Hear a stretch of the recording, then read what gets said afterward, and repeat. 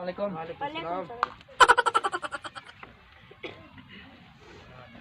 माशाल्लाह सजो फंड में हरायो आज सफा असल गरीब भी घणा अचन था। अस्सलाम वालेकुम सरदार साहब। वालेकुम सलाम वालेकुम। अरे अरे बाबा मथे वे सही मौज लाए सब एक जेड़ा है जिस मां में को करूं कोने मथे वे इंसान ना यार तू भी सफा वे जी सही हुक्म कयो असां के सही फंड दियो छा खपे सही फंड में छा कोने तुम ये को दियो असां के सही सर्दी तो दे बहुत हम फरल खणी देस नडो हल बाबा ऐश कर रेस हण खान जो फंडिंग हालो तो ठीक है हेलो हां सफा ऐश कर ऐश छा याद कंदे हल हल हल मेहरबानी ठीक ठीक ठीक हेलो सही है तो अदा करे कोई जो घुरण वारो ना अचे न तो मां भी मुखे भी सर्दी थी तो वालेकुम सलाम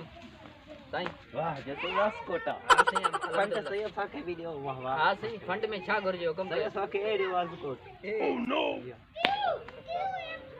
तो खेत भाई रो एकड़ो तो ए हाले छा करो ए कमल वगैरह घर को बात गाड़ी कमल सफा ना एडो वगैरह सगियो ना थी ऐसे अड़े छा कयो पियो ना थे अल्लाह ए वट बाड़ छा कयो मारे निशान ये कोई हो सरदार को निशानी थे माशाल्लाह मार का खुदा के से यो ने दियो वही हल बाबा हल भाई न थो मणी हल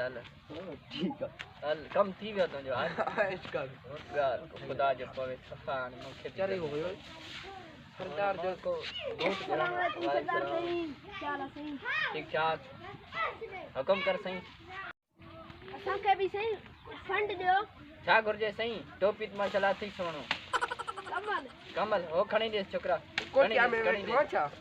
सर्दी थी तो एतरो ना सब खणी दे बिस्मिल्लाह हाने तू का माशाल्लाह तो पहनो जेड़ो बियो आयो तो यो मार कमीज भी घनदो ना अकरे ये गमाई तो कमीज सब रन के होता गरीब के भी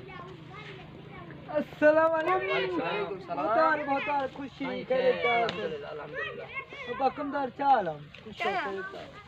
जी से आने हुक्म कयो होतार वे हणते वे अच्छा ला खुश होता ठीक है होतार सही हाल खैर जाहन मां बुधवा तो फंड हलाई तो डाढो यार मां पुजी ना सके मुजा छोकरा चंद्रा ना आया अच्छा मां पान गरीब मां चो हने भोतार वठ वनी फंड वठ छा कोने से हुक्म कर कमीज जी गाल न कर बियो सब कुछ आए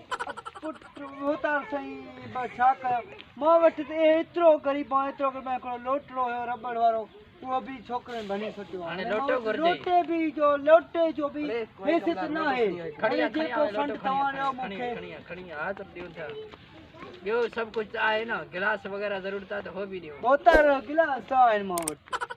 ठीक है गिलास पानी अतई भला पानी नल को कमल वाला को पानी है बोतर पानी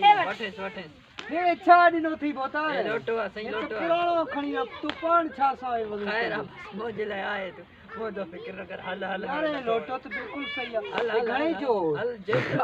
तुम्हारे पैसा नहीं दे अरे वाह बोतार वाह रे तो ये लोटो खणी घणे में जो आयो घणे जो ओ वरी वापस आयो बोतार हिकड़ो यार मुके कम विसरी वयो हां छा खवे यार जूता थी दे कोई पुरो सर मुजा पुट जा जूता ना जूता ना इन सफा यार तू बोतार ही तू जाना जूतन जो दुकान को तो कालो एक खणी दे ओ माने यो मा फंड केड़ो किस्म जो यार फंड आयो यार तू फंड हलाई तो भोतार तू बेल वठ दे असन चाचो वा लालच कयो वरो लालच कट भोतार हल बाबा डाडी थी मारो खणी होए